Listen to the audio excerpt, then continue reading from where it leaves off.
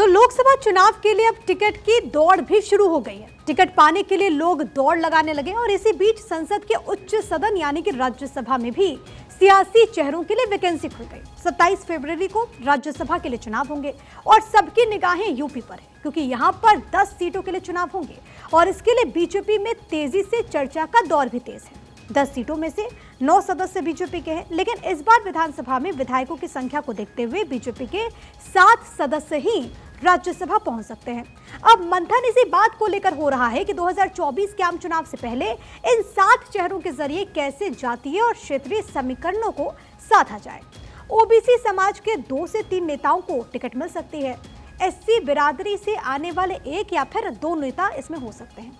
सामान्य वर्ग के यानी कि जनरल कैटेगरी के 1 या 2 नेताओं को टिकट मिल सकती है। एक महिला उम्मीदवार को भी राज्यसभा भेजने की तैयारी है।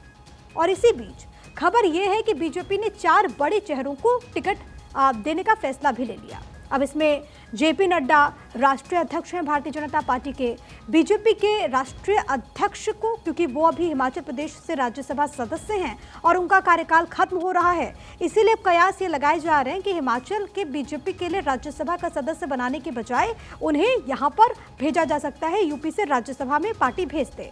दूसरा जो नाम है वो दुष्यंत गौतम का है, राष्ट्रीय महामंत्री दुष्यंत गौतम, क्योंकि एससी समाज से आते हैं, पार्टी का एक बड़ा दलित चेहरा है। ऐसे में बीजेपी उन्हें भी यूपी से राज्यसभा भेज सकती है।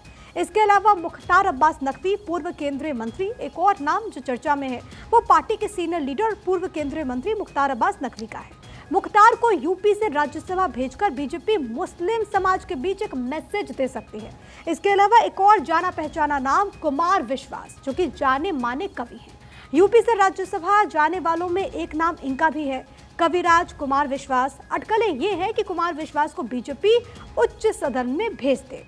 बीजेपी राज्यसभा चुनाव के लिए पार्टी के उम्मीदवारों के नाम का एक पैनल तैयार करके केंद्रीय नेतृत्व को भेजने वाली है। माना यह जा रहा है कि करीब 24 नाम इस पैनल में हो सकते हैं। 9-10 फरवरी के बीच बीजेपी कोर कमेटी की बैठक लखनऊ में हो सकती है। इसमें नामों के इस पैनल पर मुहर लगेगी।